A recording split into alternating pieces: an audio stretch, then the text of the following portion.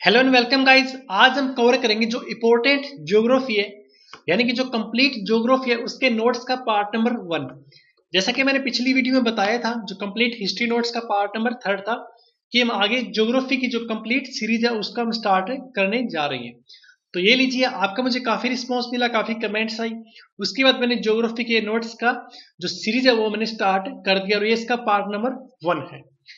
अगर आपका रिस्पॉन्स मुझे अच्छा मिला तो आगे भी इसके पार्ट हम अपलोड करते रहेंगे, लेकिन उससे पहले रिक्वेस्ट कि अगर आप इस वीडियो को पहली बार देख रहे हैं या फिर इस चैनल को पहली बार देख रहे हैं तो प्लीज आप इसको सब्सक्राइब कर लीजिए, जिससे आपको आगे की जो अपडेट्स है वो आपको रिसीव होती रहेगी। इसके अलावा आप हमारा जो फेसबुक पेज है उसको भी लाइक कर सकते हैं और इसके अलावा आप हमें ट्विटर पर भी फॉलो कर सकते हैं। और हाँ, अगर आप चाहते हैं कि आप सारी चीज़ को रीड करना चाहें या फिर उनकी जितने भी हम जो जीके आपको कवर करवाएंगे उनको अगर आप नोट करना चाहो तो आप हमारे जो ब्लॉग है freehelpclasses.blogspot.in उस पर विजिट कर सकते हैं। वहां पर आपको सारे नोट्स आपको रिटर्न में मिल जाएंगे। ओके, तो चलिए स्टार्ट करते हैं आज का हमारा जो इम्पोर्टेंट ज्योग्राफी, जो कंप्लीट ज्योग्राफी नोट्स है उसका पार्ट नंबर 1। तो आज सबसे पहले हम बात करेंगे सोलर सिस्टम की, क्योंकि सोलर सिस्टम एक ऐसा टॉपिक है जिससे आजकल हर एग्जाम में एक दो क्वेश्चन बन ही जाते हैं। चाहे कोई एग्जाम हो, चाहे एसएससी का हो, चाहे एचएसएससी, चाहे रेलवे, चाहे यूपीएससी, कोई भी एग्जाम जिसमें ज्योग्राफी क्वेश्चन आपसे पूछे जाते हैं तो एक दो क्वेश्चन आराम से बन जाते हैं सोलर सिस्टम से, यानी कि सौरमंडल से। तो सबसे पहले बात करते हैं सन के बारे में। देखिए, हम सभी को पता है कि सन एक तारा है, यानी सन एक स्टार है, जो कि जो सोलर सिस्टम है उसका ये हेड है, यानी उसका ये प्रधान है। हमारी जो गैलेक्सी है उसका नाम क्या है? मंदाकिनी, यानी दूध मेदला है। ठीक है, उसका जो सेंटर है, ठीक है, उसके सेंटर से लगभग 30,000 जो प्रकाश वर्ष, जो इनकी दूरी मापने की जो इकाई है, ठीक है, उस दूरी पर ये कोने में एक जगह स्थित है। ठीक है, इसके अलावा जो सूर्य है उससे जो इंपॉर्टेंट क्वेश्चन बनते हैं वो सबसे पहला क्वेश्चन यही बनता है कि इसकी जो बाहरी सतह है, मान लीजिए सूरज है, इसका जो बाहरी कवर है इसका तापमान कितना है? तो इसका तापमान है 6000 डिग्री। ठीक है, इसके अलावा जैसे कि मैंने बताया एक गैसीय गोला है, ठीक है, एक स्टार है और इसके अंदर मैक्सिमम जो गैस भरी है वो है हाइड्रोजन, 71% हाइड्रोजन। इसके अलावा 26.5 यानी 26.5 हीलियम और इसके अलावा जो बाकी वो 2.5% के लगभग है। और इसका जो सेंटर, इसका जो बीच वाला पार्ट है उसका नाम क्या है? क्रोड, जिसे CORE भी कहा जाता है। और जिसका जो तापमान है क्रोड का सेंटर के पार्ट का वो कितना है? 1.5 इंटू 10⁻7 डिग्री सेल्सियस। तो ये है सूर्य से संबंधित जो इंपॉर्टेंट पॉइंट्स जो आपके एग्जाम में आ सकते हैं। इसके अलावा एक क्वेश्चन और भी बनता है कि इसकी जो एज है, इसकी जो उम्र है वो कितनी है सन की? तो वो है लगभग 5 बिलियन वर्ष। अब बात करते हैं सौरमंडल के पिंड। देखिए, एक संस्था है उसका नाम क्या है? इंटरनेशनल एस्ट्रोनॉमिकल यूनियन, यानी IAU। उनकी प्राग के अंदर एक सम्मेलन हुआ था, सेरेमनी हुई थी 2006 के अंदर। ठीक है, उसके अंदर जो सौरमंडल के पिंड थे इनको डिवाइड कर दिया गया था, अलग अलग कैटेगरी में इनको डिवाइड किया गया था। सबसे पहले परंपरागत ग्रह, इसका बोने ग्रह और तीसरे नंबर पर लघु सौरमंडलीय ग्रह। तो जो क्वेश्चन बनता है वो ये बनता है कि आपको कुछ ग्रह के नाम दिए होते हैं और आपको ये बताना होता है कि वो कौन से ग्रह है, परंपरागत है या लघु सौरमंडलीय ग्रह है या फिर बोने ग्रह। तो सबसे पहले बात करते हैं परंपरागत ग्रह की। इसके अंदर कौन कौन से ग्रह आते हैं? तो सबसे पहले आता है बुध, शुक्र, पृथ्वी और मंगल, क्योंकि ये सारे जो बोलते हैं ना पृथ्वी के जैसे लगते हैं। इसके अलावा अरुण, वरुण, शनि, बृहस्पति, मतलब ये सारे के सारे ग्रह लगभग इसमें आ जाते हैं। किनको छोड़कर? जो प्लूटो है, ठीक है, उसको छोड़कर परंपरागत ग्रह में सारे ग्रह आ जाते हैं। इसके बाद बोने ग्रह, बोने ग्रह में कौन से आते हैं? प्लूटो। इसके अलावा कुछ और भी, जैसे हम सभी को पता है हमारे जो मैन ग्रह है वो 8 है, लेकिन उसके अलावा कुछ और भी है जैसे कि चेरान, सेरस, 2003 UB। ठीक है, ये सारे बोने ग्रह के अंदर आते हैं। जो लघु सौरमंडलीय ग्रह है इसमें कौन से आते हैं? जो धूमकेतु हो गए या फिर जो उपग्रह है या फिर जो अन्य जो छोटे खगोलीय पिंड है वो सारे इसके अंदर आ जाते हैं। इसके अलावा जो पॉइंट बनता है वो ये बनता है कि आखिर ग्रह क्या होते हैं। मतलब हम कौन से पिंड को जो ग्रह है वो पुकार सकते हैं, मतलब ये बोल सकते हैं कि ये एक ग्रह है। तो उसकी मतलब कुछ कंडीशन डिसाइड की गई थी, जो IAU की जो सेरेमनी हुई थी 2006 के अंदर प्राग में। तो वो कौन सी जो कंडीशन थी, सबसे पहले तो ये कि वो जो सूर्य है, सन है, इसके चारों ओर वो परिक्रमा करता हुआ होना चाहिए। इसके अलावा उस पर जो ग्रेविटी होती है, जो गुरुत्वाकर्षण बल होता है, वो भी इसके अंदर होना चाहिए, जिससे ये एक सर्कल, ये गोले के रूप में अपना रूप को ढाल सके। इसके अलावा इसके आसपास का जो क्षेत्र है वो मतलब स्पेस होना चाहिए, तो ऐसा नहीं कि उसके आसपास दूसरे जो ग्रह है उनका भंडार लगा हुआ है। तो इसी जो 3 कंडीशन थे, उन्हीं 3 कंडीशन के आधार पर पहले हमारे 9 ग्रह होते थे, लेकिन उस टाइम जो यम था, जो प्लूटो था, उसको हटा दिया गया। उसके बाद जो हमारे ग्रह थे वो रह गए 8 ग्रह। ठीक है, तो ये बात हुई ग्रह से संबंधित।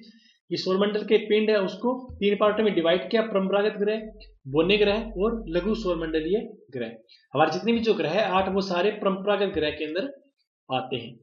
अब बात करते हैं साइजेस ऑफ प्लेनेट कि सबसे बड़ा ग्रह कौन सा है। तो देखिए, सबसे बड़ा ग्रह है बृहस्पति यानी जुपिटर, और सबसे छोटा ग्रह कौन सा है, बुध यानी मरकरी। ये भी क्वेश्चन आपके एग्जाम में आ सकता है। अब बात करते हैं सारे के सारे ग्रह के बारे में। तो सबसे पहले बात करते हैं बुध के बारे में यानी मरकरी के बारे में। तो जैसा कि मैंने बताया, ये सबसे छोटा ग्रह है और सूर्य के सबसे नजदीक ग्रह भी यही है। और अगर आप सुबह सुबह जब सूरज निकलता है तो उससे लगभग 2 घंटे पहले आप इसे आकाश में देख सकते हैं। इसके अलावा इसका कोई भी उपग्रह नहीं है। इसका जो सबसे विशिष्ट इसमें जो गुण है वो क्या है कि इसके खुद का चुंबकीय क्षेत्र है इसके आसपास। ठीक है, और हाँ, जो सूर्य की जो परिक्रमा ये सबसे कम समय में करता है, क्योंकि सूर्य के सबसे नजदीक है तो ये जल्दी जल्दी राउंड लगा लेता है। इसके अलावा यहाँ पर जैसे मैंने बताया ना, इसका जो तापमान है वो ज्यादा है, उस वजह से यहाँ का जो दिन है वो बहुत ज्यादा मतलब गर्मी होती है, और जो रात है वो बर्फीली होती है। ठीक है, अब बात करते हैं शुक्र यानी वेनस के बारे में। देखिए, पृथ्वी के सबसे नजदीक ग्रह है और सबसे चमकीला और सबसे गर्म ग्रह भी शुक्र है। आप इस बात में कंफ्यूज मत होइए कि बुध ग्रह सूर्य के सबसे नजदीक है तो सबसे ज्यादा गर्म भी बुध होगा। नहीं जी, सबसे ज्यादा गर्म कौन सा है, शुक्र। इसके अलावा जो शुक्र को सांझ का तारा और भोर का तारा भी कहा जाता है। उसका रीजन क्या है, क्योंकि शाम के टाइम ये पश्चिम जो दिशा है उस टाइम हमें दिखाई पड़ता है, और मॉर्निंग में हमें पूर्व जो दिशा है उसमें ये आकाश में दिखाई पड़ता है। इसके अलावा जितने भी जो बाकी ग्रह है वो सारे एंटी क्लॉकवाइज है। ठीक है, पृथ्वी के चारों ओर चक्कर करते हैं, लेकिन ये ग्रह एंटी क्लॉकवाइज परिक्रमा नहीं करता, ये क्लॉकवाइज राउंड लगाता है सूर्य के चारों ओर। इसके अलावा इसका भी कोई उपग्रह नहीं है। अब बात करते हैं बृहस्पति। देखिए, बृहस्पति मैंने सबसे पहले आपको मैंने बताया था सबसे बड़ा ग्रह है। ठीक है, और इसका जो रंग है वो कौन सा है, येलो। तभी मैंने इसका रंग जो है येलो किया हुआ है। इसके अलावा इसका एक उपग्रह है, उसका नाम है ज्ञानीमीड। ज्ञानीमीड जो कि जितने भी जो सारे उपग्रह उनमें सबसे बड़ा उपग्रह कौन सा है, ज्ञानीमीड, जो कि बृहस्पति का है। अब बात करते हैं मंगल। देखिए, मंगल का रंग कलर सबसे पहले एग्जाम में आता है वो है लाल रंग। ठीक है, और इसका लाल रंग क्यों है, वो है जो आयरन ऑक्साइड है उसके कारण।